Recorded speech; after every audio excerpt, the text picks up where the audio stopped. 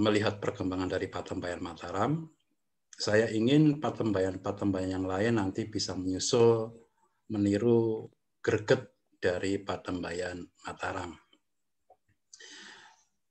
Untuk masalah organisasi dan admin nanti biar dibahas oleh Ki Temboyo Mataram dan Ki Temboyo Mataram. Nanti Ki Penyarian Sepuh juga bisa memberikan masukan untuk organisasi yang apa yang akan dilakukan ke depan di Patembayan Mataram, dan mungkin nanti Ki Penyarian Sepuh juga bisa mengcopy paste apa saja hasil dari rapat dari Patembayan Mataram malam ini untuk bisa dijadikan percontohan bagi patembayan-patembayan yang lain. Selanjutnya saya akan kembali membahas tentang Patembayan Jawa Dipo saja.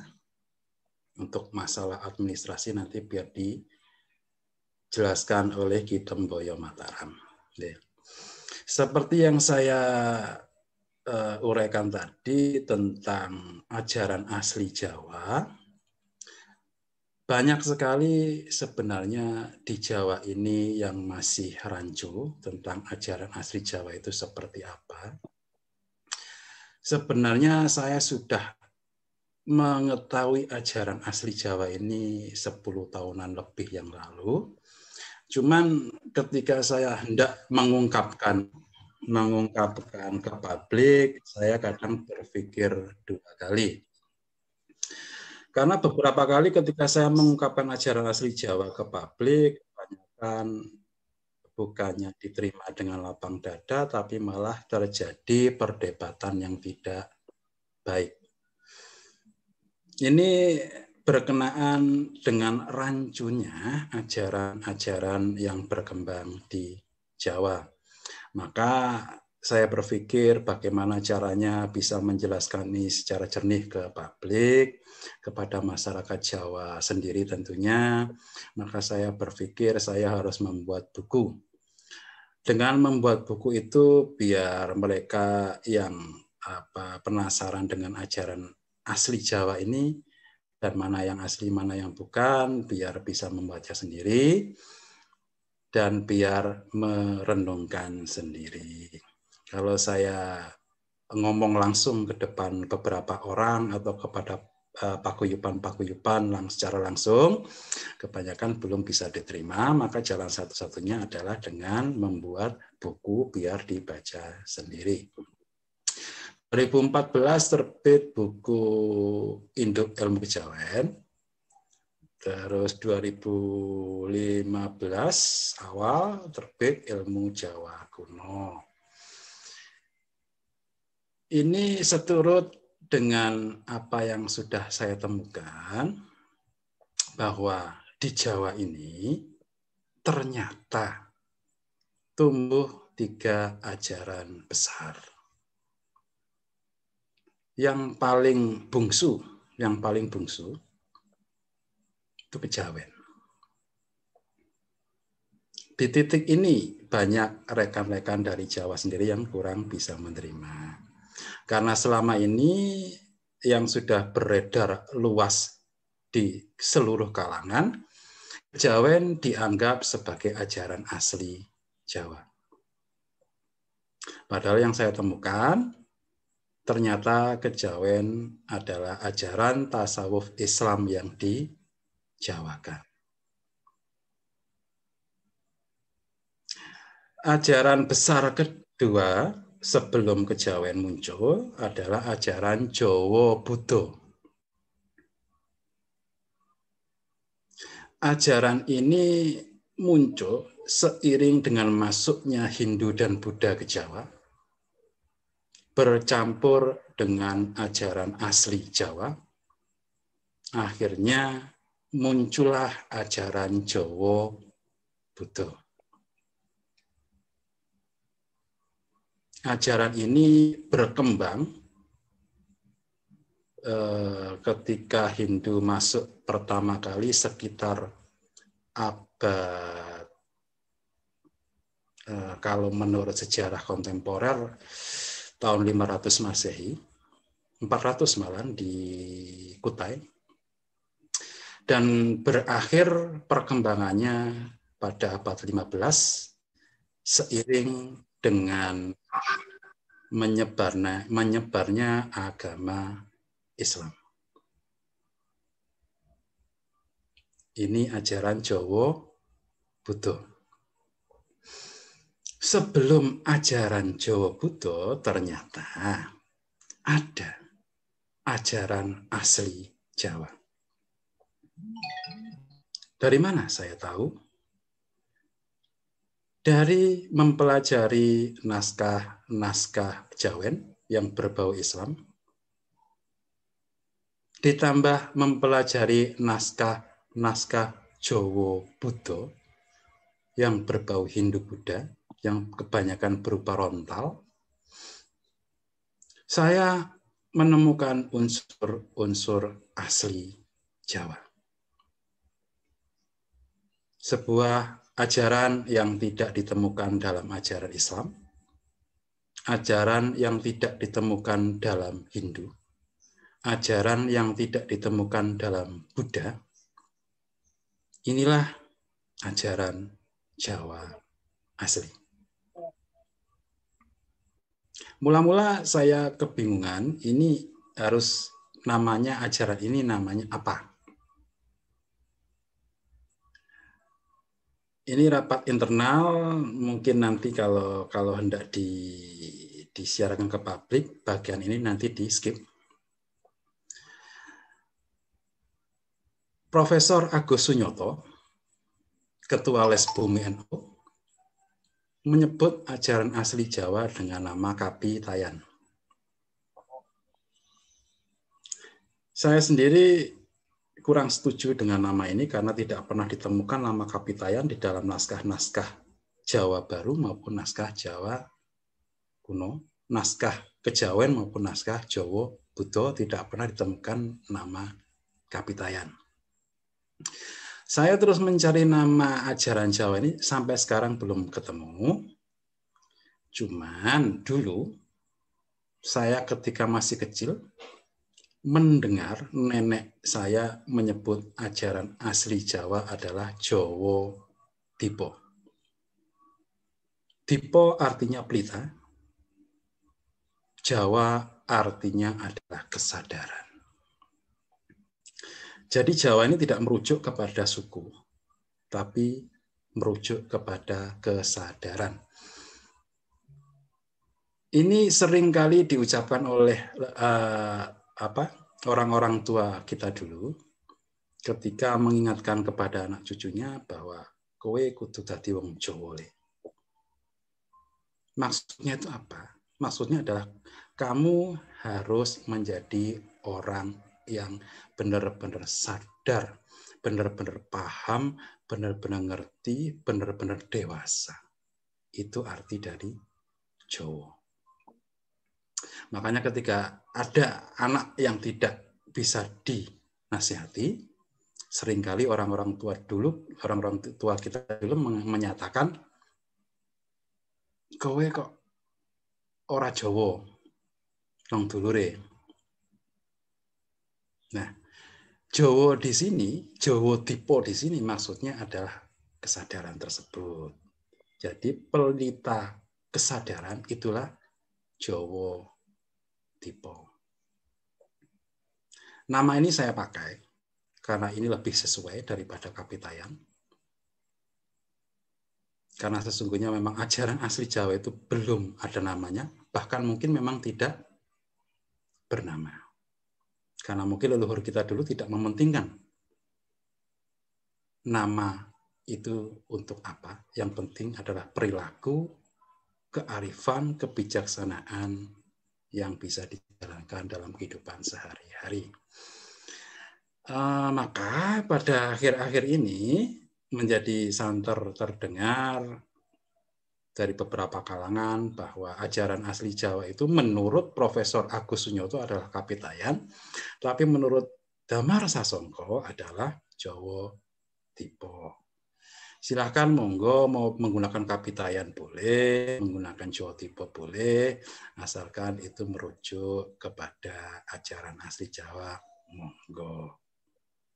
Sedangkan kita di sini memilih nama Jawa Tipo.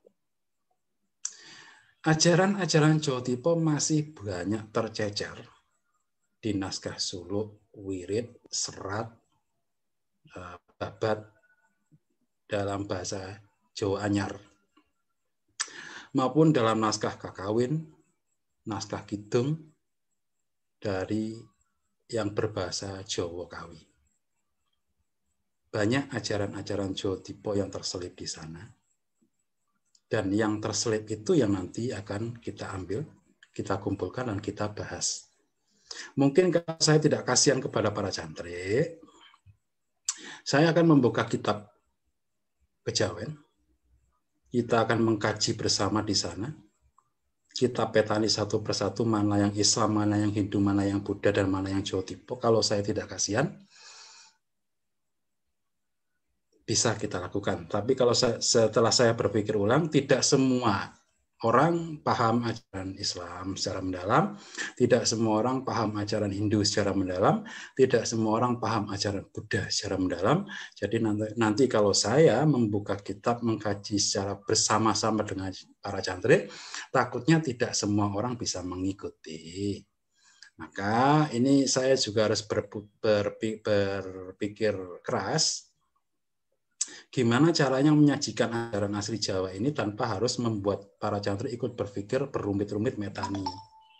Itu yang sedang saya usahakan biar bisa diikuti secara mudah oleh para cantrik.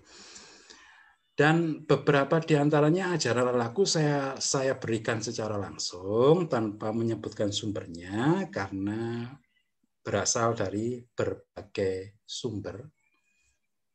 Jadi saya pikir bagi cantrik ini manekung harus dijalankan. Saya tidak sebutkan di mana manekung itu sumbernya, sumber naskahnya dari mana.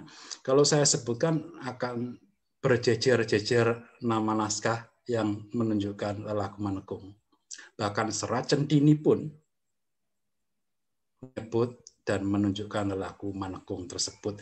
Padahal serat Cendini ditulis pada abad 19, sekitar tahun 1800. Di sana dituliskan dengan lengkap tata cara manekung tersebut. Dan manekung tidak pernah diajarkan dalam Islam. Manekung tidak pernah diajarkan dalam ajaran Hindu. Manekung tidak pernah diajarkan dalam ajaran Buddha. Karena manekung asli ajaran Jawa. Yang seperti ini banyak tercecer di naskah-naskah yang sebenarnya di depan mata kita. Cuman kita kadang-kadang kurang jeli, pertama. Kedua, tidak pernah berpikir jauh ke sana.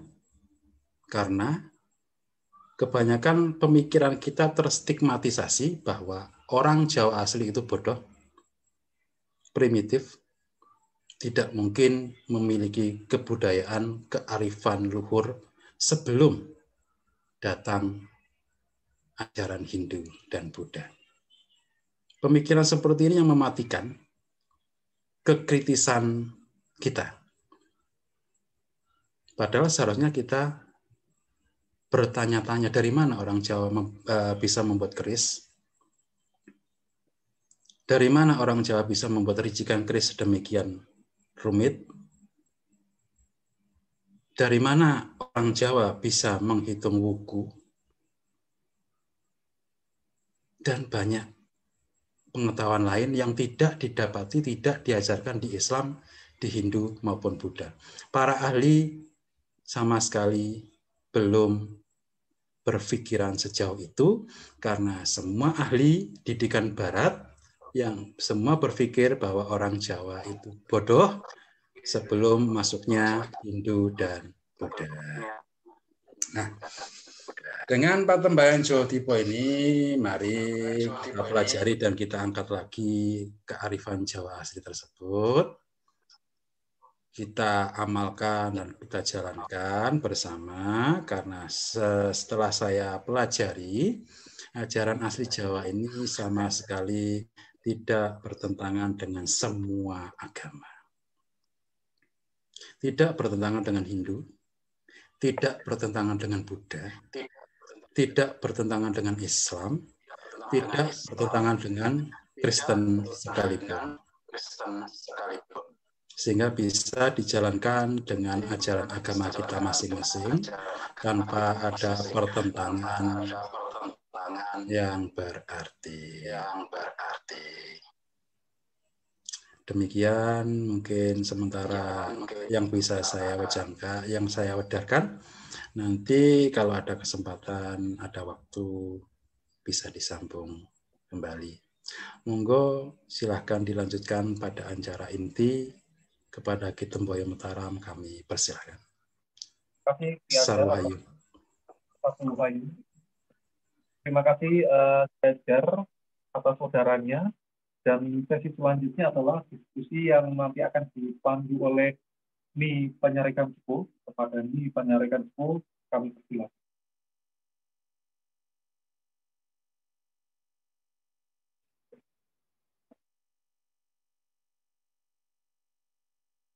Rahayu, Jajar, Di Buyut, Ki Panyarekan Sepuh, dan semuanya yang sudah hadir. Terima kasih sekali, surprise sekali Ki Ajar hadir.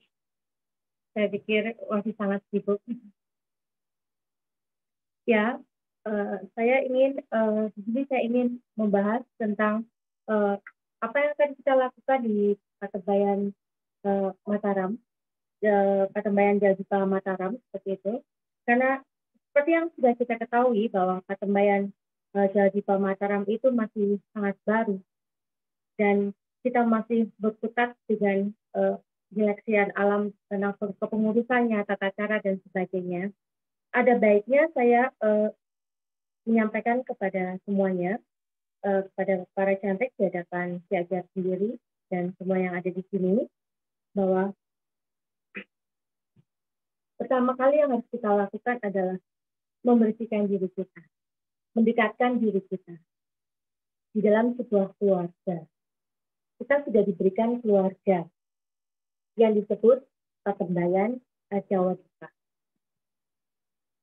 Nah, asas dan prinsip dari Patembayan Jaldipa Mataram adalah saling asih, asah, dan asuh. Kenapa kami memilihnya saling asih, asah, dan asuh? Karena apapun tanpa asih, tanpa ada kasih di sini, kita tidak akan bisa melakukan apa-apa. Kita harus saling asah. Artinya kita harus berpikiran terbuka. Kita bisa diberi masukan, tidak egois, dan lain sebagainya. Kita juga saling mengasuh siapapun di dalam keluarga kita. Sama halnya seperti berkeluarga ada ayah, ibu, anak, memiliki peranannya masing-masing. Belum tentu seorang ayah ada benarnya. Belum tentu seorang ibu juga selalu benar. Ada salahnya juga. Itu boleh ditegur, boleh saling diisi seperti itu. Diingatkan. Sesuai dengan apa yang Ki Ajar sudah sampaikan, untuk mendapatkan itu semua, di sini sudah diberikan pengetahuan bahwa kita bisa melakukannya dengan menekun. Jadi, Patembayan Jaldipa Mataram ingin mengajak semua keluarga di sini, dari manapun yang berada di naungan Patembayan Jaldipa Mataram, untuk mengadakan menekung bersama. Yang kami sudah pilih, lokasinya di Watu Gilang, dan kami ingin mengadakannya setiap hari Sabtu sesudah maghrib, seperti itu, selama 7 kali. Selepas menekung bersama, kita akan mengadakan semacam serangkaian atau diskusi dengan semua cantrik agar saling lebih mengenal, juga lebih mengetahui. Karena saya rasa dengan sistem daring seperti ini, ada sesuatu yang kurang. Kalau tidak ada pertemuan tatap muka, saling bicara, keluarga walaupun sekalipun boleh bertatapan di Zoom, video call seperti itu, akan tetapi entah mengapa untuk saya itu rasanya masih kurang serak, bahwa kalau pertemuan itu akan lebih baik karena akan lebih saling mengenal. Kalau sudah bisa saling mengenal, kita akan lebih saling percaya. Disitulah keluarga. Disitulah kita bisa berbagi, saling asih, asah, dan asuh. Seperti itu. Seperti yang sudah kami utarakan, setiap pendataan, gunanya pendataan kemarin itu untuk mengelompokkan wilayah, untuk kita semua bisa menekung bersama. Menekung bersama setiap kelompok kecil maksimal 5 orang, karena ya ada yang was-was, ada yang takut dengan pandemik ini ya, ada yang masa kurang sehat dan sebagainya, seperti itu. Jadi kami mengambil inisiatif maksimal adalah 5 orang. 5 orang di satu kelompok kecil satu-satu seperti itu. Mengadakan menekung secara berkelompok setiap minggunya, boleh 1 kali atau 2 kali. Dan itu dilaporkan atau diberitahukan kepada semboyo masing-masing. Boleh diberitakan di grup Patembayan Mataram seperti itu. Lalu susunan bagaimana cara belajar dengan si ajar. Di sini kami meminta semua cantrek untuk bersabar. Kita yakin banyak sekali pertanyaan, banyak sekali keingintahuan kita semua. Akan tetapi kita harus bersabar. Kalau saya menggunakan bahasanya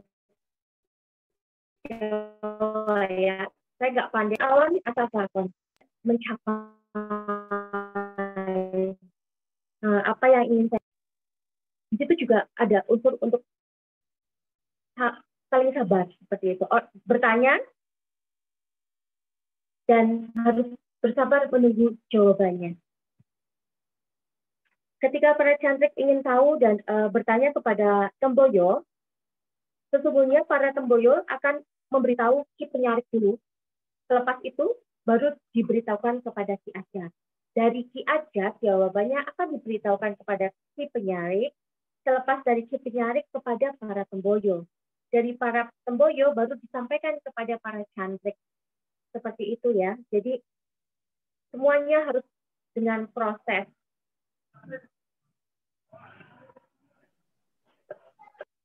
Lalu bab tentang usaha. Di sini seperti yang sudah diberitahukan oleh si ajar bahwa di Patembayan Jadi Mataram juga membuka peluang untuk setiap cantrek menawarkan usahanya dan bekerja sama dengan Patembayan untuk usahanya dibantu untuk menjual seperti itu. Bagaimana nanti pembagian keuntungan dan persennya nanti kita bicarakan bersama. Itu nanti siapa saja yang memiliki usaha boleh langsung japri kepada temboyo masing-masing seperti itu ya. Ini temboyo, si temboyo ataupun si anom temboyo, si anom ini temboyo anom seperti itu ya. Aduh saya kalau ngabut. Apalagi ya? Oh ya, karena setiap pergerakan dimanapun, apapun itu tidak terlepas dengan yang namanya uang atau uang sebagai alat bantu kita untuk bergerak seperti itu. Jadi kita semua bukan apa ya namanya? Kita semua berusaha untuk membuat di dalam Patembayan Jadipa secara mandiri seperti itu. Kalaupun cantrik-cantrik dimanapun yang memiliki ide atau apapun itu boleh disampaikan seperti itu selepas ini, dan ada apa-apa ganjalan atau apapun yang para cantik ingin sampaikan kepada sesepuh, si penyari, Ki Ajar ataupun kepada para temboyo, dipersilahkan seperti itu. Saya kembalikan lagi kepada Ki Temboyo.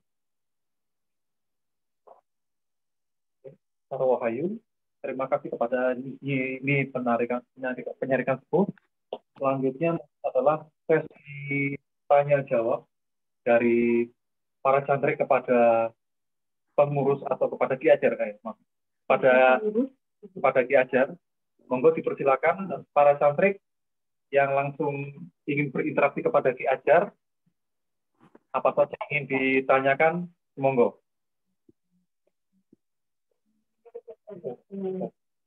Monggo.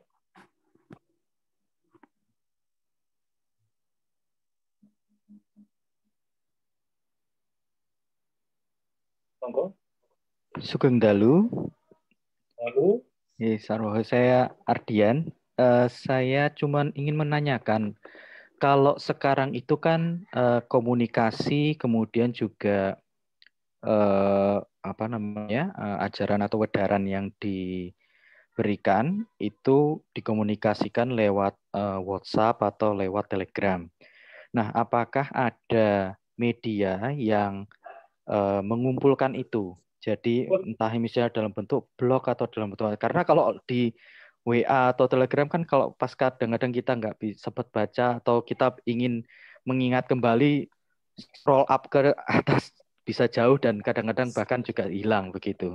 Ngoten, matur nuwun. Sarwohayu. Sarwohayu, terima kasih atas pertanyaannya.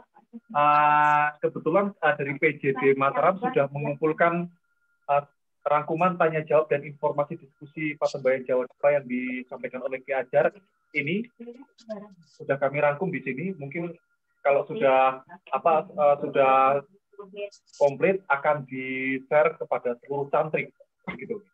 Terima kasih. Ini buktinya sudah ada. Oke, matur nuwun. Monggo, ada lagi?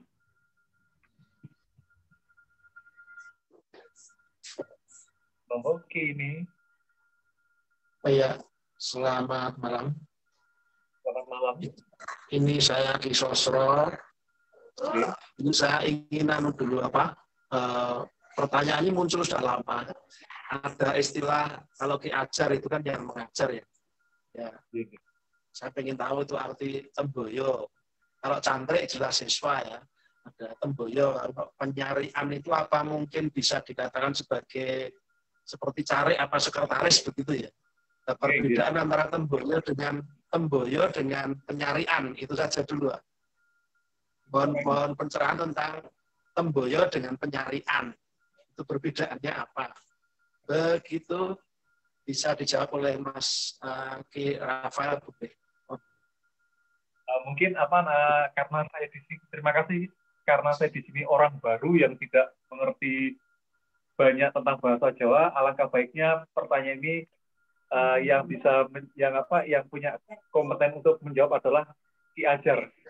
Ki Ajar langsung menjawabnya, apa sih perbedaan antara ikan dengan temboyo gitu. Sarwohayu, Ki Sosro. Ayo, Ki Ajar. Temboyo, jabatan temboyo ini terkait dengan nama Patembayan kita, Patembayan Jodipo. Patembayan itu kata dasarnya adalah temboyo. Temboyo itu adalah janji. Lebih dalam lagi adalah sebuah ikrar, ikatan janji. Ketika mendapat awalan pa dan akhiran an, patembayan, maka artinya kurang lebih adalah semacam ikatan janji bersama. Sebuah wadah ikatan janji bersama. Nah, makanya karena patembayan, ikatan janji bersama ini, para pimpinan cabang di daerah saya sebut Temboyo.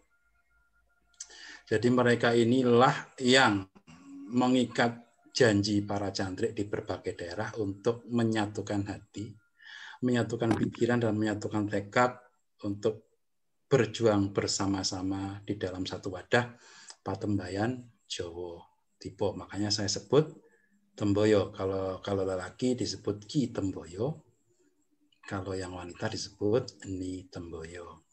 Sedangkan panyarian seperti yang Ki Sosro tadi sebut memang benar berasal dari kata carik yang artinya adalah pencatat. Di Suroloyo ada seorang dewa pencatat yang disebut Bathara Panyarian, Sang Hyang Panyarian.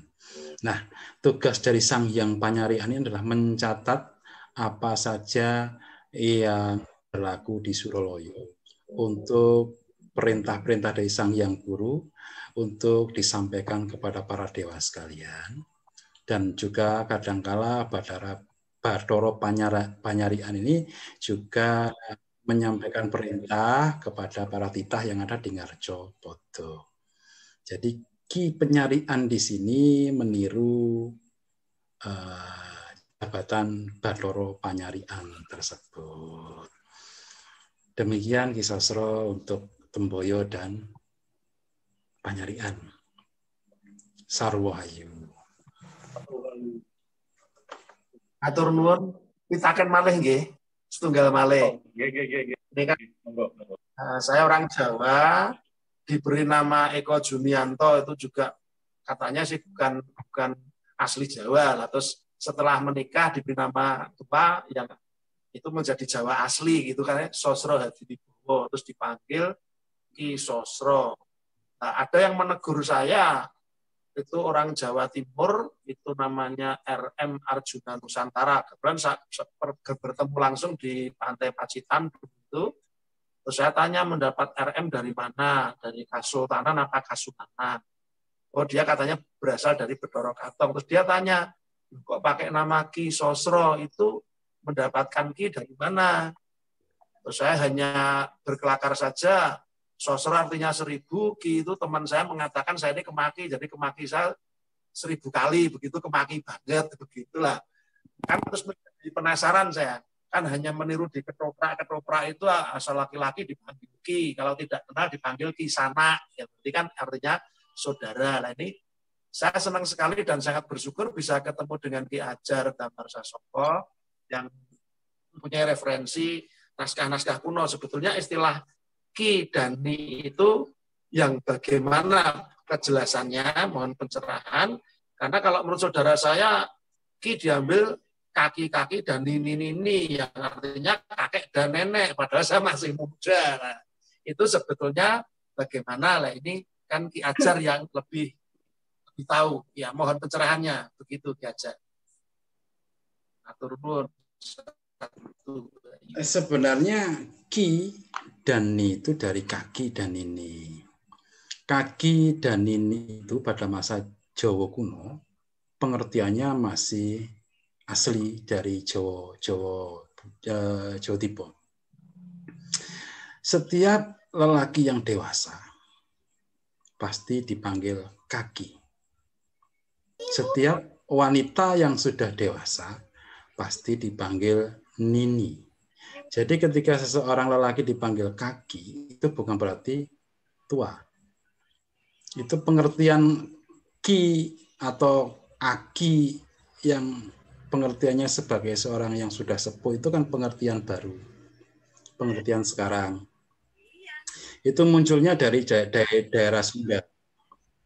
Jadi aki, nini itu dianggap sebagai seorang yang sudah tua, dan lelaki yang sudah tua, dan wanita yang sudah tua. Pengertian yang asli zaman Jawa kuno dulu, ketika seseorang lelaki sudah dewasa pasti dipanggil kaki. Ketika seorang wanita sudah dewasa dipanggil Nini dan disingkat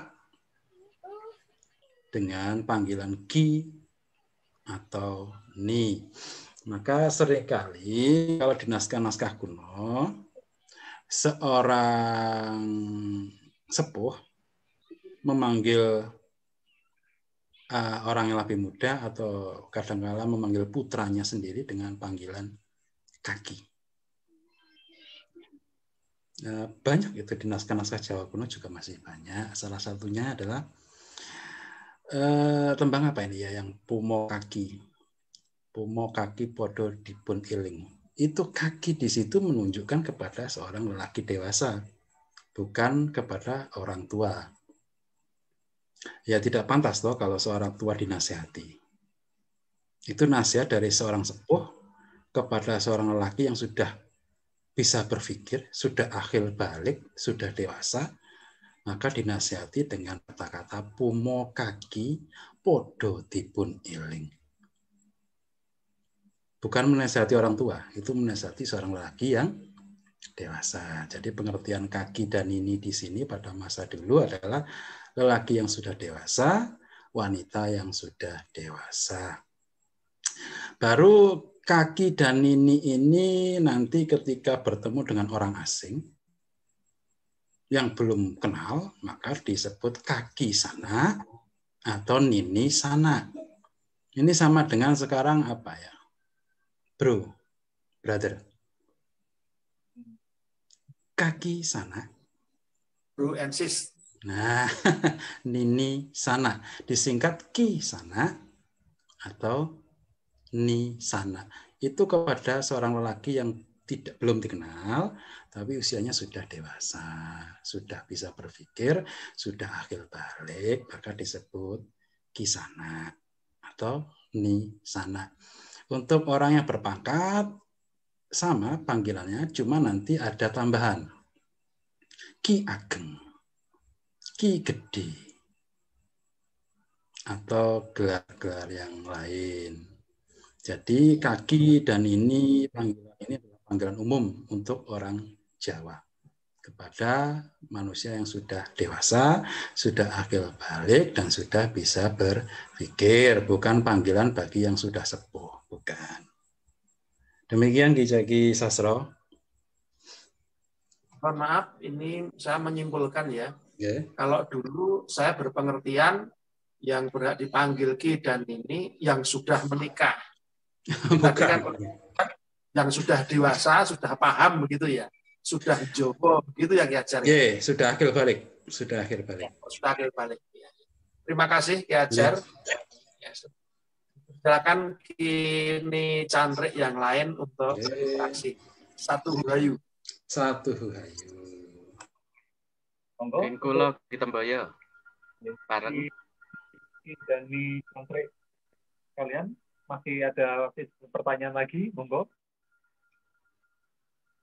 Kula Kitembaya, bareng nggih. Oke, monggo. Ki Widyo, monggo. Selamat malam Ki Ajar dan Para Songko. Pertama, terima kasih banyak. Bertahun-tahun saya sebenarnya ingin kontak langsung. Selama ini hanya lewat buku-buku, sekarang bisa bertatap langsung. Terima kasih banyak. Saya salah satu penggemar, bukan cuma penggemar, bahkan ikut mendalami buku-buku yang Ki Ajar tulis sejak tahun 2011. Buku yang pertama itu, Sabdo Palon, Seriwayat Nusantara yang disembunyikan itu. Itu terus-menerus saya kumpulkan. Kemudian yang kedua, saya masih penasaran soal Manekung. Apa bedanya dengan sadhana, kemudian meditasi, dan kontemplasi? Itu saja. Oke, matur nuwun, sarwa hayu. Sarwahayu, tadi bedanya Manekung, sadhana, meditasi sama kontemplasi. Kontemplasi, nggih. Dari segi bahasa, Manekung asli Jawa. Sadhana bahasa Sanskerta. meditasi itu bahasa Eropa. Saya kurang tahu itu berasal dari Inggris atau Belanda, saya kurang tahu. Terus kontemplasi sama, bahasa dari Eropa, contemplation. Manekung ini adalah pemusatan pikiran asli cara Jawa. Kalau meditasi sadhana, sadhana itu adalah jalan. Jadi seorang yang menempuh jalan spiritual. Jadi ketika seseorang menempuh jalan spiritual disebut seorang sadhaka. Sedangkan jalan spiritualnya sendiri disebut sadhana. Ini khusus untuk ajaran yang bersumber dari ajaran Weda.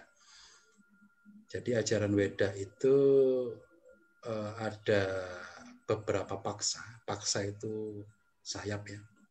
Bahasa Sanskerta paksa itu artinya sayap. Maksudnya itu adalah apa ya? Mazhab bagian. Jadi ada dari agama Brahma paksa, Shiva paksa, Wisnu paksa, Ganesha paksa, Sakta paksa, dan sebagainya. Jadi Weda itu menurunkan banyak cabang-cabang agama, menurunkan banyak paksa-paksa. Dan seluruh tradisi Weda menyebut jalan spiritual mereka semua dari berbagai agama yang lahir dari Weda itu dengan nama sadhana. Jadi ketika jalan spiritual itulah sadhana. Penempuh spiritual, penempuh pelaku spiritual disebut sadhaka. Ini sedikit menambahi. Tadi tidak ditanyakan tapi tidak mengapa saya tambahi. Di tasawuf Islam sama. Jalan spiritual kalau tadi disebut sadhana, dalam tradisi Weda sadhana, dalam tasawuf Islam disebut suluk. Sedangkan pejalan spiritual disebut salik. Kalau dalam tradisi Weda, jalan spiritual disebut sadhana, pejalan spiritual disebut sadhaka. Kalau dalam tradisi tasawuf Islam, jalan spiritual disebut suluk, sedangkan pejalan spiritualnya disebut salik. Kalau meditasi itu mirip dengan manekung. Cuman meditasi sendiri kan artinya luas. Artinya itu luas. Jadi tata cara pemusatan pikiran dari tradisi Hindu bisa disebut oleh orang Barat juga disebut meditasi. Tata cara pemusatan pikiran dari tradisi Buddha bisa disebut pula meditasi. Jadi meditasi ini semacam istilah yang universal untuk menyebut cara-cara pemusatan pikiran. Mungkin manekung pun bisa disebut meditasi. Tapi meditasi Jawa asli. Ada meditasi Buddha, ada meditasi Hindu, ada meditasi cara Islam dengan cara tahanus, dengan cara tafakur, itu ya dalam Islam. Kalau dalam Jawa asli, Jawa Tipo, meditasinya disebut manekung. Kontemplasi ini sebenarnya teknis dari meditasi. Kontemplasi itu adalah pemusatan pikiran itu sendiri. Jadi kontemplasi itu adalah bagian dari meditasi. Ada bagian-bagian tertentu. Walaupun banyak sekali meditasi dari tradisi-tradisi agama yang ada di seluruh dunia, semuanya pasti terfokus kepada pengolahan pikiran. Dan meditasi ini harus ada bimbingan dari yang sudah mahir, yang punya jam terbang. Karena kalau kita meditasi dengan cuma sekedar coba-coba mendengar dari kata orang atau cuma membaca buku, nanti bisa sedikit salah jalan. Satu hal yang mungkin sudah salah tapi terlanjur menyebar adalah istilah mengosongkan pikiran. Ini istilah yang menyesatkan. Seluruh tradisi meditasi dari agama-agama besar di dunia, baik Hindu, Buddha, Zen, Tao, Manekung sendiri, tidak pernah mengajarkan mengosongkan pikiran. Yang benar adalah memusatkan pikiran atau mengendapkan pikiran. Jadi istilah mengosongkan pikiran itu adalah istilah yang diciptakan oleh orang yang tidak pernah bermeditasi sebenarnya.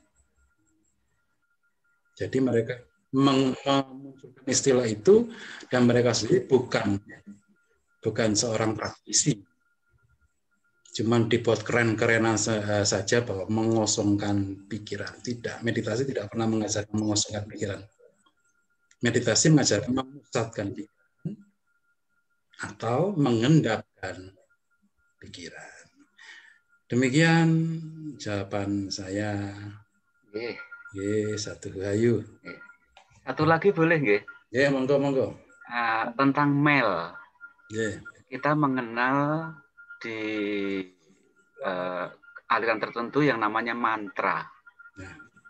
Agak sedikit bau-bau hampir sama mungkin ya. Atau bagaimana Ki? Beda istilah. Orang Jawa tapi saya itu Jawanya kurang banget. Beda istilah saja Ki. Beda istilah. Karena kita kan pakai Jawa Tipo, jadi memang sengaja saya pakai istilah asli. Karena nanti kalau kita pakai mantra itu adalah istilah dari Hindu dan Buddha. Maka kita pakai asli. Kalau pakai Jawa asli. Kalau istilah rapal itu dari Islam. Dari bahasa Arab rafal. Itu sebenarnya maknanya sama. Membaca kalimat-kalimat tertentu diulang-ulang dengan tujuan untuk memusatkan pikiran, membantu pikiran kita terpusat atau membantu pikiran kita biar mengendap, atau memanfaatkan getaran kata-kata yang kita ucapkan untuk membangkitkan titik-titik energi yang ada di dalam tubuh. Sebenarnya fungsinya semua sama. Jadi seperti Mel dalam Jawa Tipo yang berguna untuk membangkitkan, untuk membangkitkan titik-titik energi di seluruh tubuh adalah yang Toyo Yitmo Jati itu dibaca dengan getaran tertentu bisa membuat titik-titik di energi di tubuh kita bisa bangkit. Di dalam agama Hindu yang dipakai adalah mantra Om.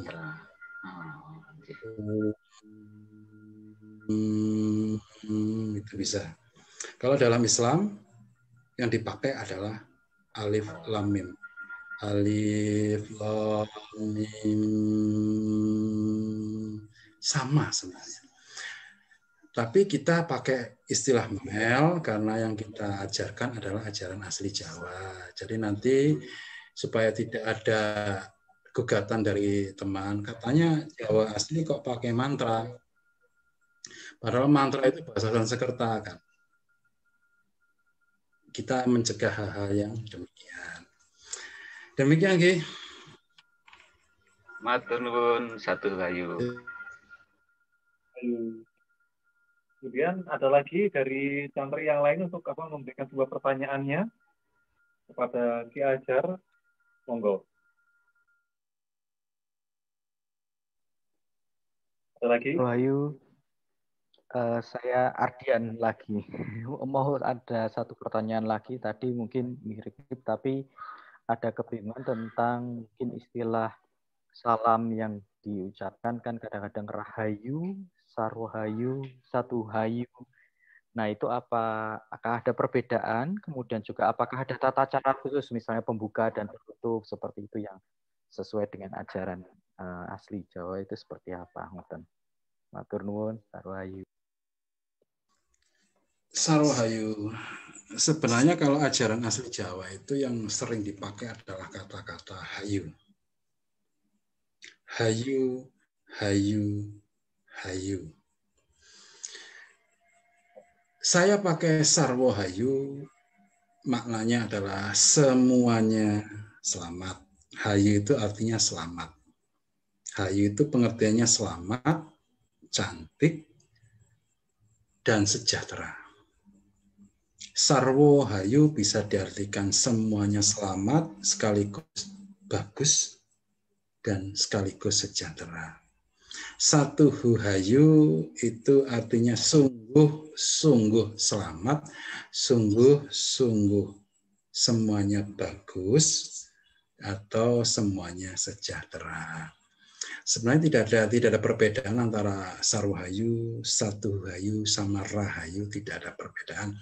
Karena yang diajarkan dari ajaran Jawa asli adalah kalimat hayu. Kita pakai sarwahayu untuk membedakan dengan perkumpulan-perkumpulan lain saja. Nah, kalau maknanya semuanya sama, bermaksud mendoakan, berharap akan keselamatan bagi orang yang sedang kita temui. Demikian, Ki. Matur suwun Ki. Sarwahayu. Satu hayu. Monggo, ada lagi? Monggo, dari Cantrik. Sarwahayu, ya. Sarwahayu, saya Agung. Mau bertanya. Monggo, Ki Agung. Oke. Saya juga mengikuti buku dari Ki Damar Sasongko dari serial yang Lemah Abang. Cuman yang ingin saya tanyakan tentang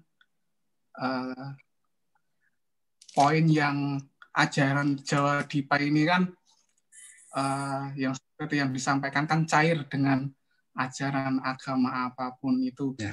Nah, letak dari poin yang cair itu di bagian mana aja, kemudian ada beberapa ulasan yang mengatakan kalau di Jawa Dipa tidak mengenal penyembahan terhadap Tuhan, sedangkan agama-agama yang sudah ada ritual penyembahannya semacam itu. Mungkin ya, jelaskan lagi. Ya. Sarwahayu, Ki Agung. Dikatakan cair karena Jawa Dipa ini bisa menampung seluruh agama. Kalau Jawa Dipa mengajarkan penyembahan kepada satu dewa tertentu, tentu agama lain tidak akan bisa ikut, pemeluk agama lain tidak akan bisa ikut dan bisa menerima. Contoh seperti agama Siwa, yang disebut adalah Bathara Siwa. Kira-kira jangankan di luar agama selain yang berkembang dari Weda, di Weda itu ada agama Wisnu, agama Sakto, agama Ganesha, agama Suryo, agama Kolo. Pemeluk agama Wisnu sendiri tidak akan bisa mengikuti ajaran dari agama Siwa. Pemeluk agama Ganesha sendiri tidak akan bisa mengikuti menyembah dari sesembahan agama Siwa. Itu dalam lingkup anak-anak yang lahir dari Weda, apalagi di luar Weda seperti agama Islam atau Kristen atau yang lainnya. Kalau Jawa Dipa terbuka bagi semua kalangan karena memang ajaran Jawa Dipa tidak mengajarkan penyembahan.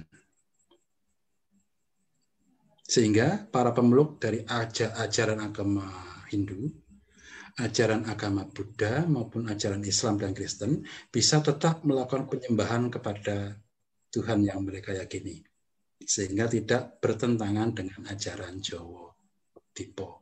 Di situ titik cairnya yang saya maksud. Bisa dipahami Ki Agung? Bisa banget. Ya. Mungkin ada lagi yang ditanyakan untuk memperjelas. Kalau tidak, monggo Ki. Cukup itu. Oke. Kalau tidak ada, saya ingin bertanya kepada Ki Ajar ini, Ki Ajar. Boleh lah Ki Ajar.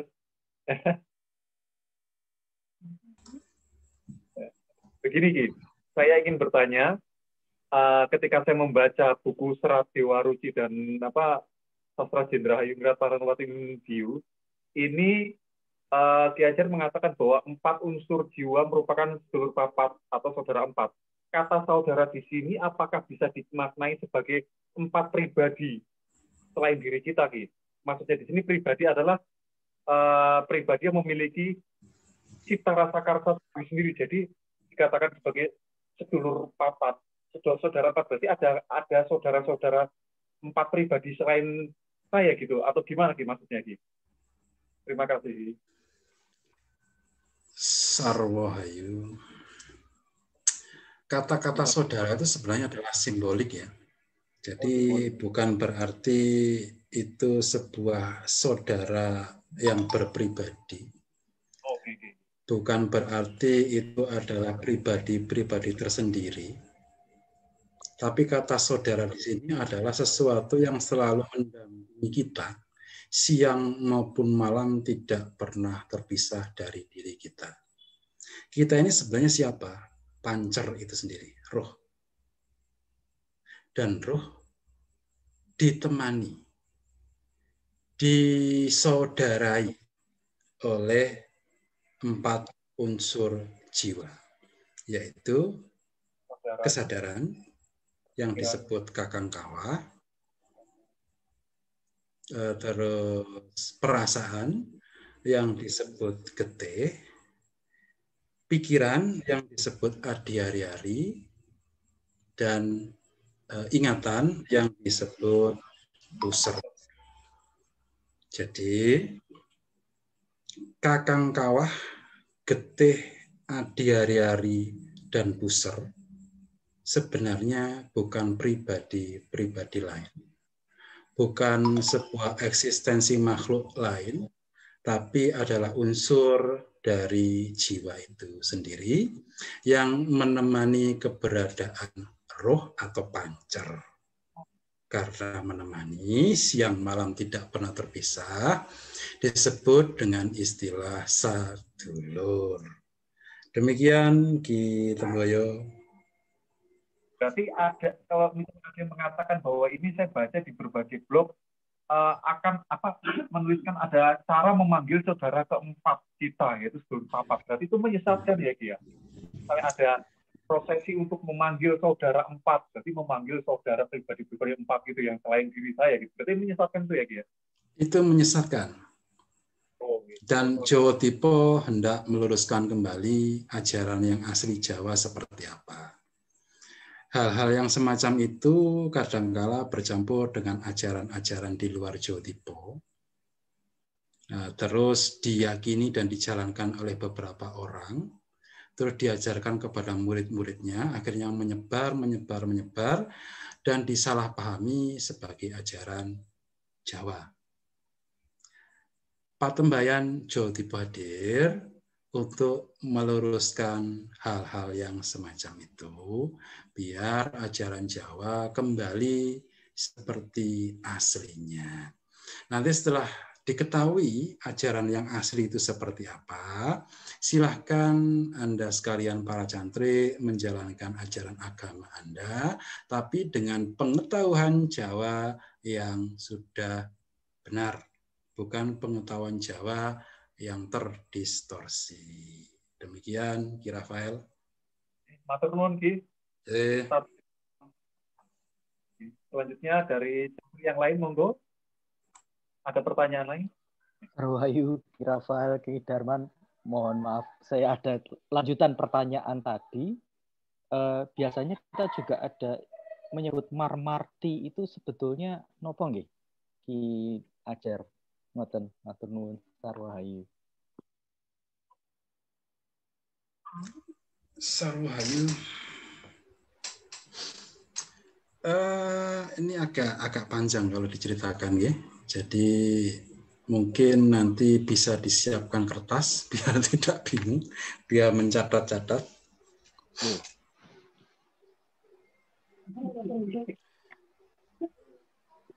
Tubuh manusia ini bisa dibagi menjadi 3 bagian. Pertama, tubuh rogo. Kedua, tubuh manikem. Ketiga, tubuh yitmo. Tubuh rogo adalah tubuh fisik. Tubuh manikem adalah tubuh jiwa. Tubuh yitmo adalah tubuh ruh. Kalau dalam bahasa Inggris, gampangnya mungkin body, mind, soul. Jadi ada 3 bentukan tubuh bagi diri manusia. 3 bentukan tubuh ini bisa dibagi lagi menjadi 7 bagian. Tubuh yitmo dibagi 3 bagian. Nanti ini pembahasannya kita bahas lain kali. Untuk tubuh yitmo, tubuh ruh. Tubuh manikem dibagi menjadi 3 bagian juga, yaitu tubuh wewayanganing yitmo, yang kedua adalah tubuh manikem itu sendiri, terus yang ketiga tubuh idep atau pikiran. Wewayanganing yitmo, manikem, idep. Nah, ketiga bagian tubuh inilah sebenarnya sadulur papat yang kita maksudkan.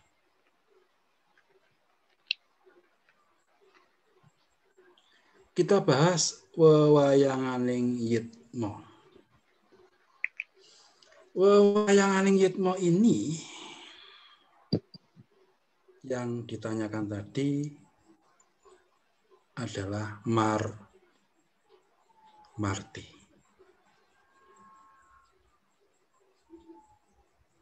Ada satu lagi sebenarnya yang disebut moyonggo seto. Dicatat ya, kalau nggak dicatat bingung. Kalau bisa dicatat, karena nanti kalau nggak dicatat agak banyak istilah. Tubuh manikem terdiri dari kakang kawah, getih, adihari, pusar.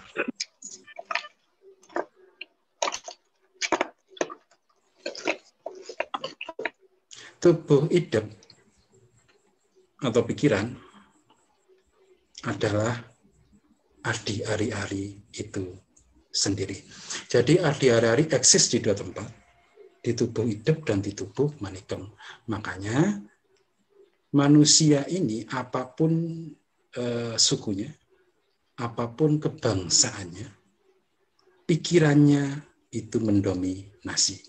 Karena pikiran manusia itu kuat, dia hidup di 2 katakanlah alam, walaupun itu alam di dalam tubuh kita sendiri, yaitu di tingkatan manikem dan di tingkatan idep. Jadi pikiran itu eksis di manikem, juga eksis di idep. Sudah dicatat nggih? Tidak bingung nggih? Nggih. Sudah agak jelas nggih? Nggih. Oke. Nah, setelah kita tahu ada pembagian 3 tubuh itu, 3 tubuh di tubuh kedua nggih. Jadi tubuh kedua di tubuh manikem itu sendiri ada 3. Sadulur papat yang dibicarakan banyak orang itu sebenarnya kita membicarakan tubuh manikem ini. Mel dari sadulur papat, dari sadulur papat itu sudah sangat jelas menunjukkan tentang hal ini. Melnya demikian.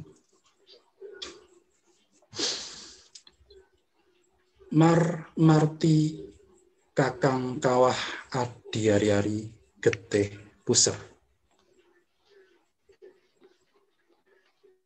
Sadulurku papat kalimo pancer.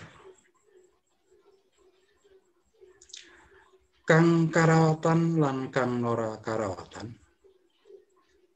Kang tu saka marga hina lan kang ora metu saka marga hina. Sarta sadulurku kang lair bareng sadina kabeh. Baponto ana ngarep, ibunto ana mburi.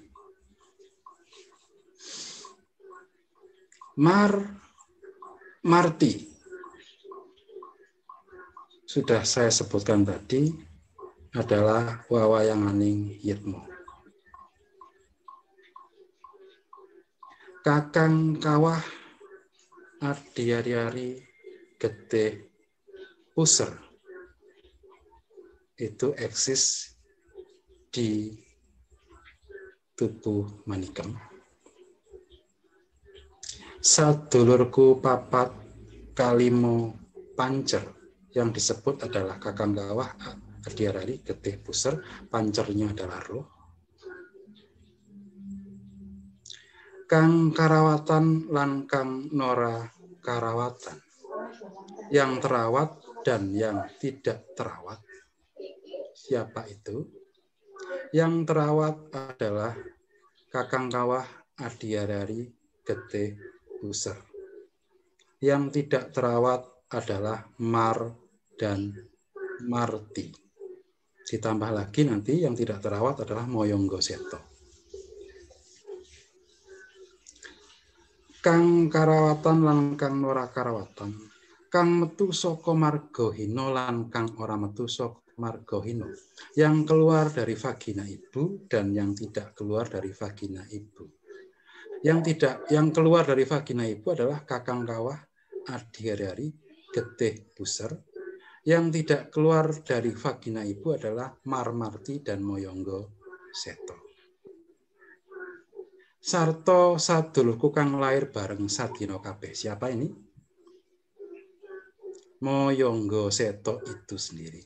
Karena dia lahir tidak berselang waktu 1 detik pun dari jabang bayi, maka disebut sadulurku kang lair bareng sadina. Yang lainnya muncul berselang waktu.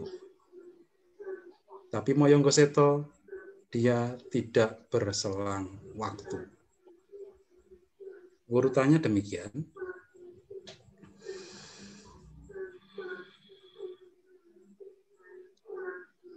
Ketika ibu hendak melahirkan jabang bayi,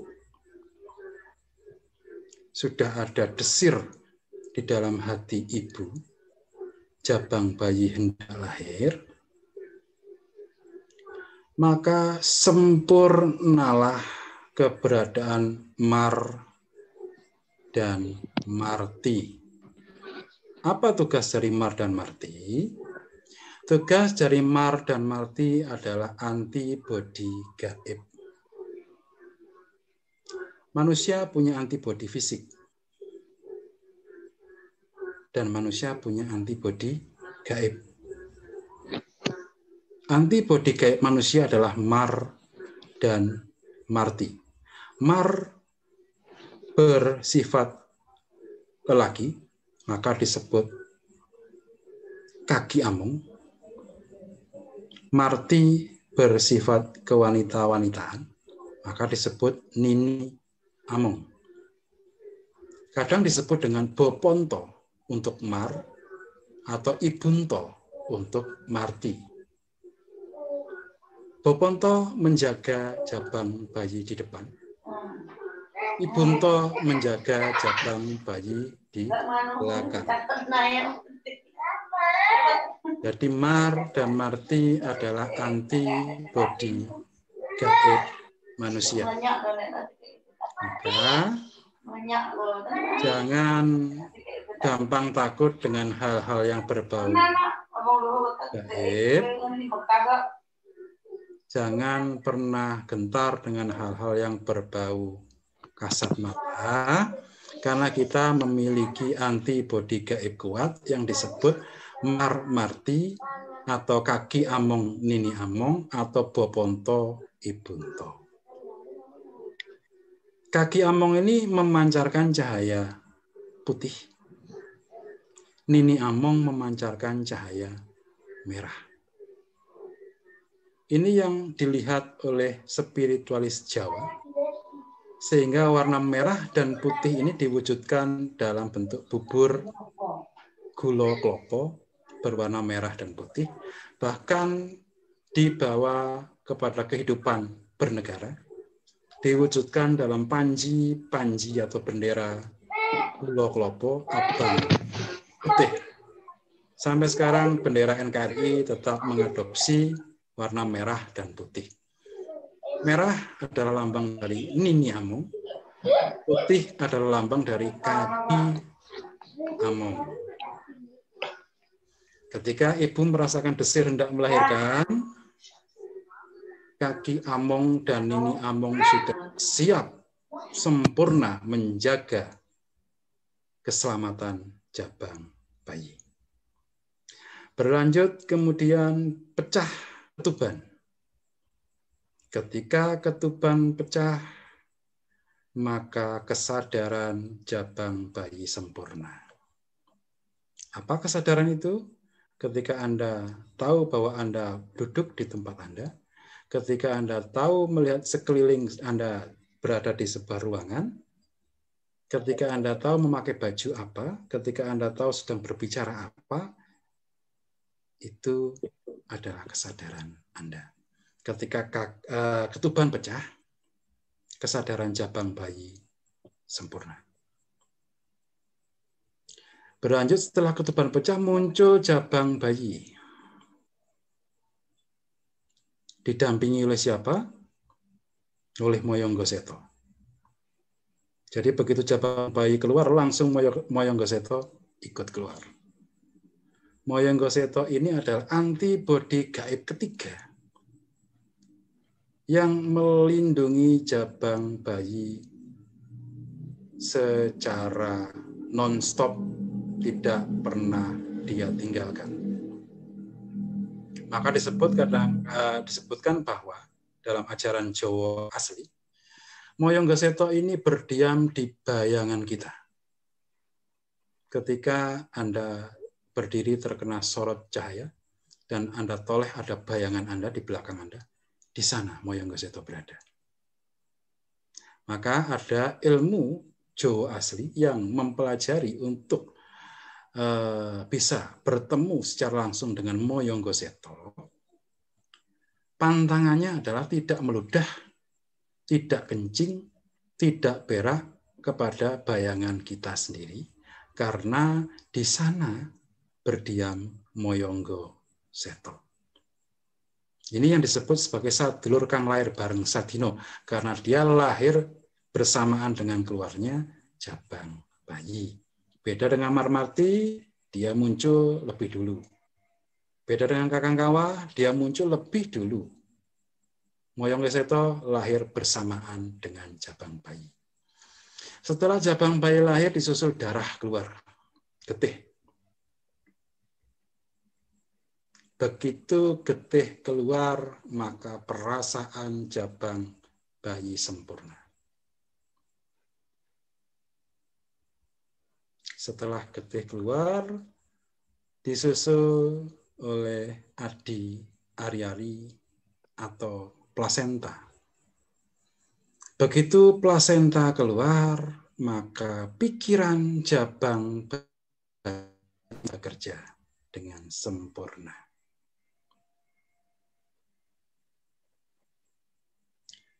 Plasenta dipotong, tersisa usus kecil di pusar jabang bayi. 3 hari kemudian usus kecil itu akan lepas. Orang Jawa dulu bilang cuplak pusar atau puput pusar. Ketika usus kecil ini lepas, maka ingatan jabang bayi kepada kelahiran-kelahiran sebelumnya tertutup dan dia siap untuk menjalani kehidupan sebagai manusia baru.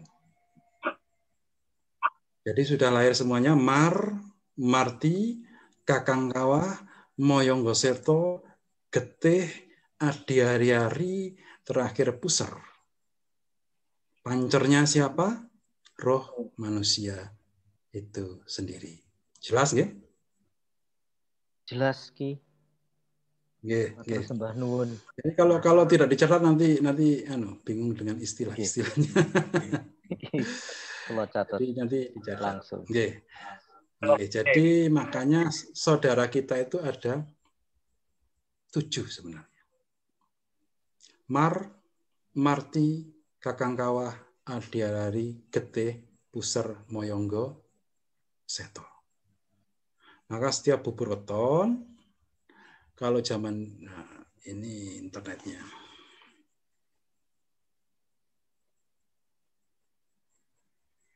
Halo? Nggih, Ki, masih bisa.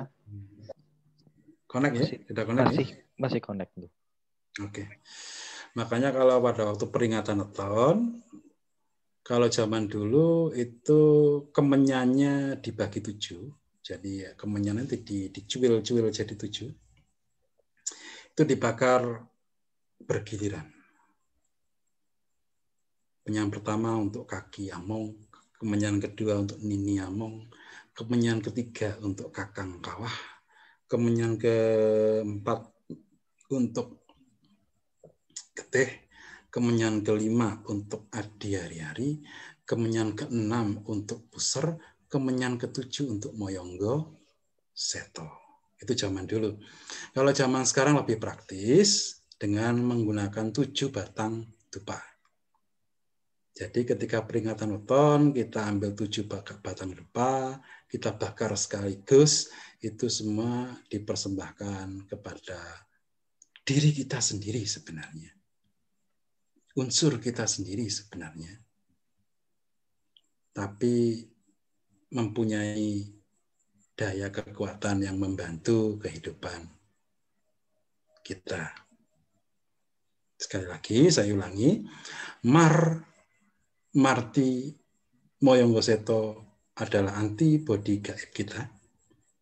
Jadi ketika ada hal-hal vibrasi, energi, maupun frekuensi yang buruk, kita tidak usah khawatir karena ada antibodi gaib yang akan bekerja untuk menangkal itu semua.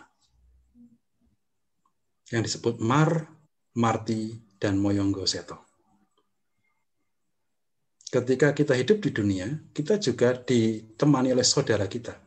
Kita bisa sadar duduk di sini ini adalah pekerjaan Kakang Kawah. Unsur kita sendiri. Kita merasa suka dan tidak suka, benci, cinta, senang, tidak senang, itu unsur dari Getih dan bagian dari diri kita sendiri. Kita bisa berpikir secara logika, secara runtut, secara sistematis, secara logis, itu pekerjaan dari unsur kita sendiri, yaitu Adi Ari-ari. kita bisa mengingat segala hal, semua pelajaran, semua pengalaman baik, buruk kita simpan dalam memori kita. Itu adalah pekerjaan dari pusar kita. Kita hidup sudah dibekali lengkap, kesadaran, pikiran, perasaan, ingatan, perlindungan gaib,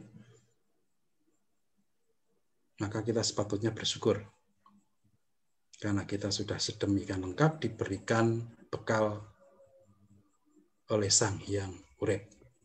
Ini belum bicara tentang fisik ya, belum bicara tentang rogo ya. Rogo itu juga teramat rumit keberadaannya. Bahkan dalam rogo sendiri ada antibodi fisik yang kita kenal sebagai imun kita. Itu penjelasan tentang sadulur papat kalima pancer yang cukup panjang. Mudah-mudahan yang direkam ya Ki Temboyo. Semoga direkam video ini. Direkam atau tidak? Sudah direkam. Jadi nanti mungkin bagi para cantrik yang tidak berkesempatan ikut bisa ditunjukkan video ini. Biar Ki Temboyo nanti tidak susah-susah menjelaskan, gitu. Ya. Demikian Ki, tadi yang bertanya siapa? Satu hayu. Matur sembah nuwun, satu hayu. Oke, selanjutnya satu lagi pertanyaan dari Cantrik, monggo. Ini terakhir, pertanyaan terakhir. Monggo, ada lagi.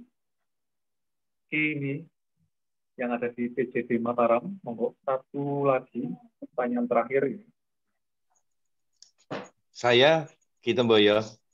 Monggo Ki. Saya Teguh Iman. Salam Rahayu Ki Ajar. Saya mau menanyakan, jadi spiritualitas Jawa Dipa itu nanti hubungannya eratnya dengan dunia metafisika gitu ya, metafisik itu ya, atau gimana? Mohon penjelasannya. Matur nuwun.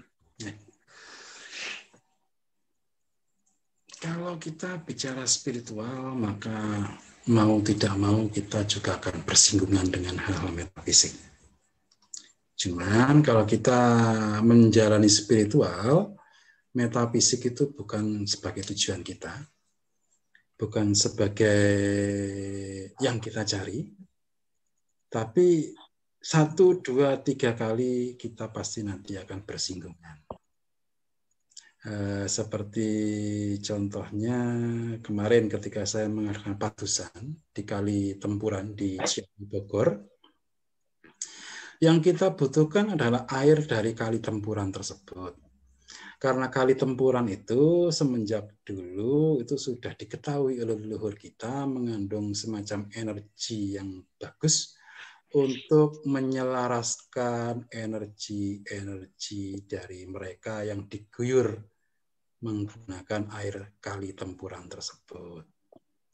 Nah, tujuannya itu untuk menyelaraskan energi para cantrik, dan setelah selaras, saya masukkan mel kepada pikiran mereka, yaitu mel tentang pengukuhan diri untuk menjalani ajaran Jawa Dipa. Salah satunya melnya adalah norang anglarani atining sapodo-podo, nora memateni sagunging dumadi. Itu yang saya masukkan ke pikiran cantrik setelah saya selaraskan energinya dengan air Kali Tempuran. Tujuannya itu, tujuannya masuk ke dalam diri cantrik sendiri. Tetapi karena Kali Tempuran ini juga energinya bagus dan banyak makhluk-makhluk lain yang membutuhkan energi itu. Jadi bukan kita saja yang butuh, bukan manusia saja yang butuh Kali Tempuran. Untuk mengambil energi vibrasi yang bagus itu, ada beberapa makhluk lain juga yang datang ke sana untuk ikut mengambil energi yang bagus itu. Dan karena kita sama-sama ke sana, sama-sama punya kepentingan dan bertemu di sana, akhirnya kita bersinggungan. Terutama kemarin itu yang sempat intens bersinggungan adalah dengan Nini Smorobumi, penunggu dari Kali Tempuran tersebut. Setelah saya minta izin kepada Ninis Morobumi untuk memakai tempatnya sebagai acara padusan untuk saya pakai untuk kegiatan positif, Ninis Morobumi ramah menyambut saya dengan baik. Karena ya tidak apa-apa, karena ketika sebelum padusan hujan angin di Bogor, ketika padusan berlangsung setelah saya meminta izin, semuanya berjalan dengan baik, hujan angin berhenti, bahkan hawa pun tidak terasa dingin, beberapa cantrik pun merasakan hangat, sampai malam mereka merasakan hangat. Dan semua berjalan dengan baik, tapi kita bersinggungan dengan hal-hal yang metafisik. Ninis Morobumi sehari setelah padusan terjadi malam Jumat Kliwon, malam Sabtu Legi saya didatangi oleh Ninis Morobumi di rumah dan beliau berkenalan dengan saya selama 3 hari 3 malam tidak mau pergi.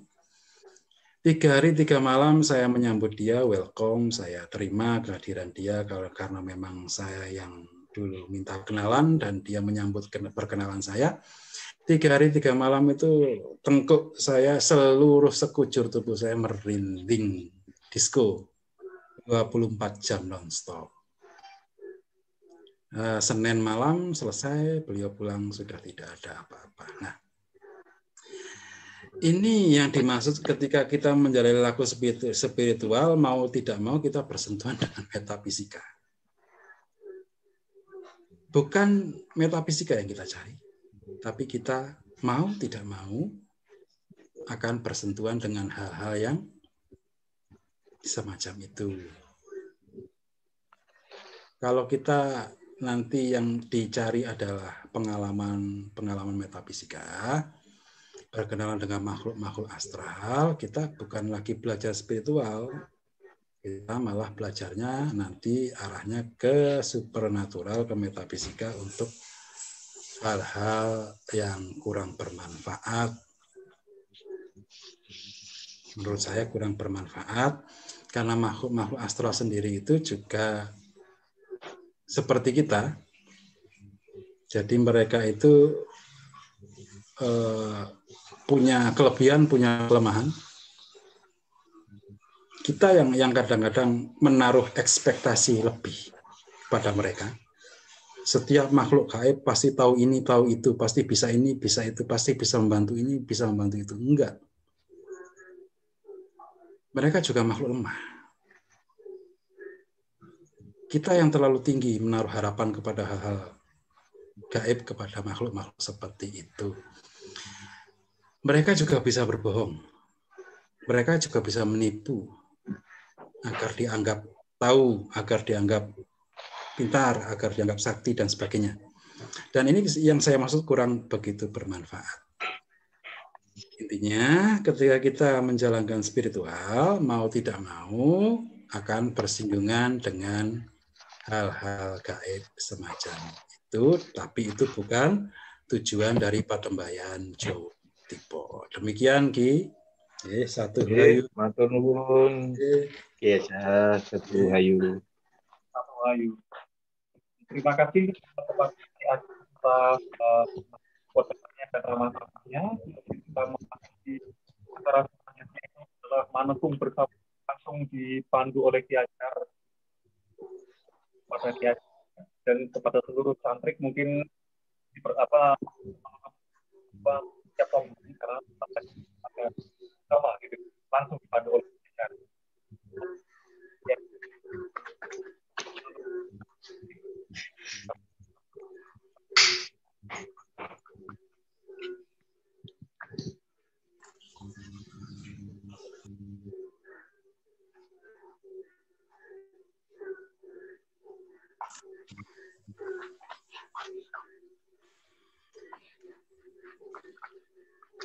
Manekung bersama sebenarnya bisa dilakukan,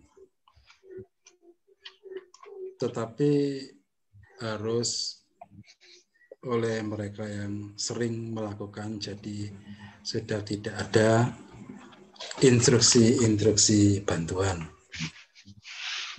Bagi yang pemula, maka terpaksa saya akan memberikan instruksi bantuan. Itu artinya di sini kita belajar melakukan manekung. Untuk manekung yang sesungguhnya nanti bisa dilakukan oleh para cantrik sekalian ketika di rumah masing-masing. Jadi benar-benar bisa masuk ke dalam diri, bisa melarutkan pikiran, perasaan, ingatan, sehingga yang tersisa dipertahankan adalah kesadaran. Melarutkan getih, melarutkan adiari-ari, melarutkan puser, yang dipertahankan adalah kakang kawah. Kalau tidak dipertahankan ketika dalam kondisi hening, kita akan masuk ke dalam tidur. Liyep layaping ngaluyut. Dalam kondisi setengah sadar, dalam kondisi antara jaga dan kantuk, kita pertahankan selama 5-10 menit. Itu kalau nanti dilaksanakan di rumah masing-masing. Dalam kondisi liyep layaping ngaluyut seperti ini, biasanya petunjuk dari Sang Hyang Yitmo itu mudah kita dapatkan, mudah kita terima. Jadi manekung itu melatih kita mempersiapkan ruang hening dalam diri untuk sewaktu-waktu ada petunjuk dari Sang Hyang Yitmo atau roh kita itu sendiri. Cuman awas ketika kita larut, biasanya kesadaran ikut larut kita tertidur. Tidak mengapa. Kalau memang kebabasan tertidur tidak mengapa. Tidak usah diulang manekung. Sudah cukup. Dan sehari cukup sekali saja. Oke. Mari kita laksanakan manekung dan instruksi saya. Ini saya matikan dulu lampunya.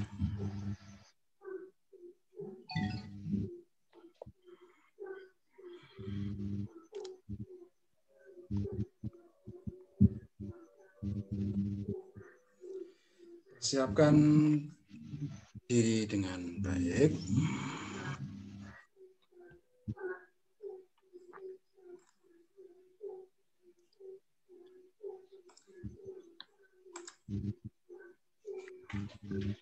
Tangan.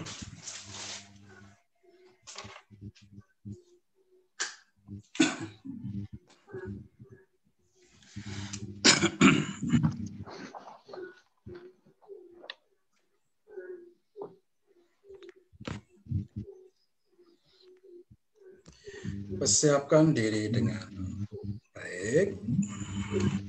Rilekskan seluruh tubuh dan pikiran. Jangan ada sesuatu yang mengganjal pada tubuh kita dan mengganggu proses manekung kita. Buat tubuh duduk atau bersila secara nyaman. Kalau yang sementara tidak bisa bersila, sementara bisa duduk, nanti kalau praktek manekung benar-benar praktek manekung harus bersila, kecuali dalam kondisi sakit.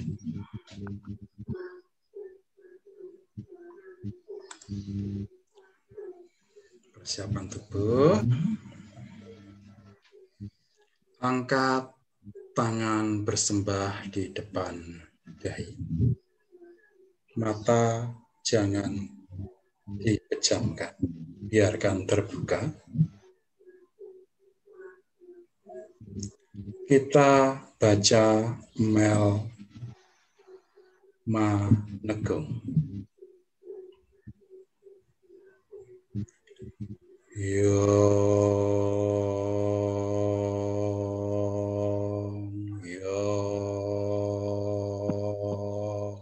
Toyo Hipnojati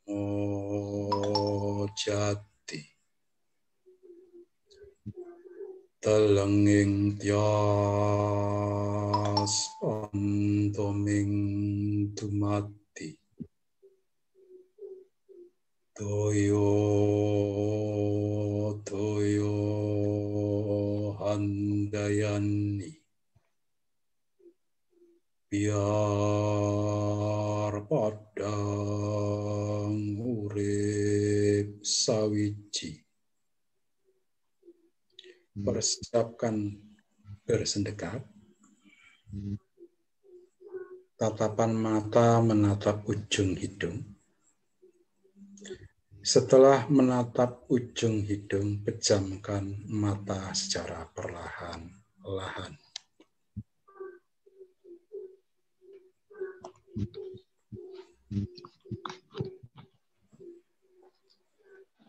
Setelah mata terpejam, pusatkan perhatian kepada nafas kita.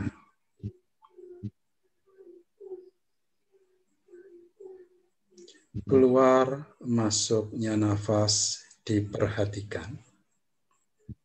Tidak perlu ikut campur dengan proses pernafasan. Cukup diperhatikan dengan seksama.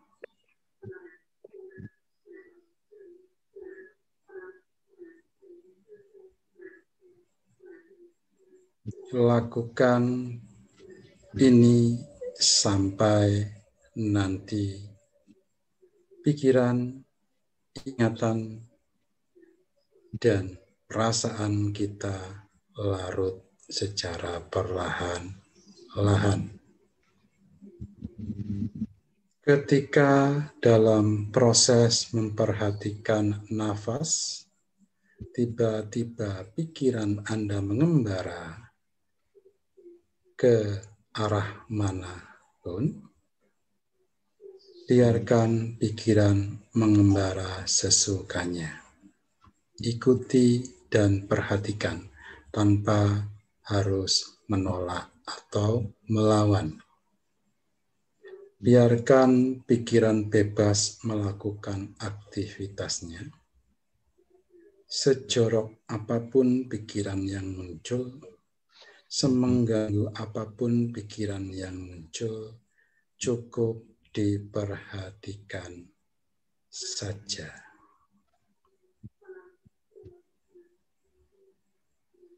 Manekung mulai.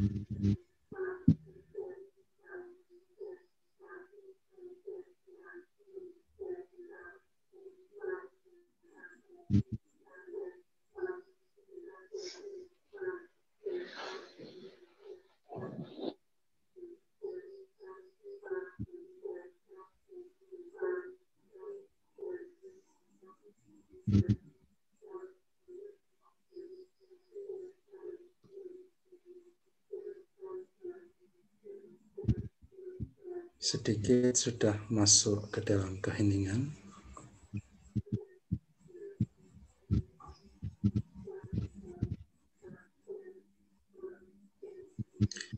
Tarik kehendak kita agar pertemuan kita malam ini bisa memberikan daya, kekuatan bagi Patembayan Jowo Tipo secara keseluruhan. Tarik dari semesta keberuntungan tersebut mengarah kepada diri kita sendiri, mengarah kepada Patembayan Mataram sendiri, mengarah kepada Patembayan Jowo Tipo secara keseluruhan. Tarik energi keberuntungan yang telah disediakan oleh Sang Hyang Urip bagi keberuntungan diri kita, Patembayan kita.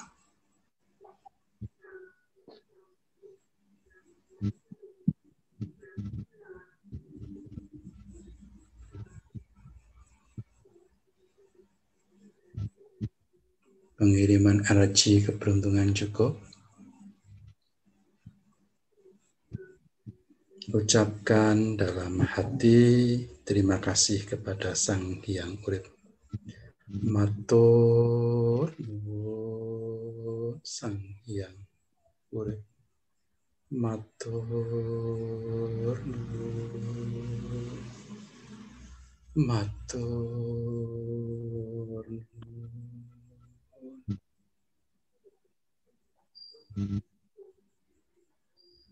Menekung selesai, kita angkat sembah di depan dahi.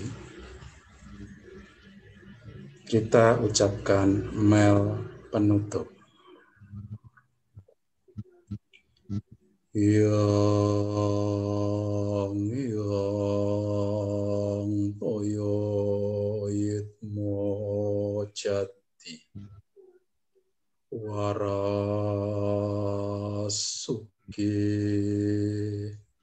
wibowo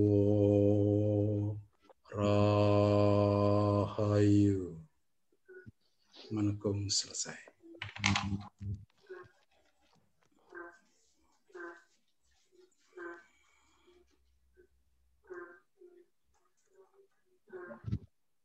Terima kasih kepada Ki Ajar.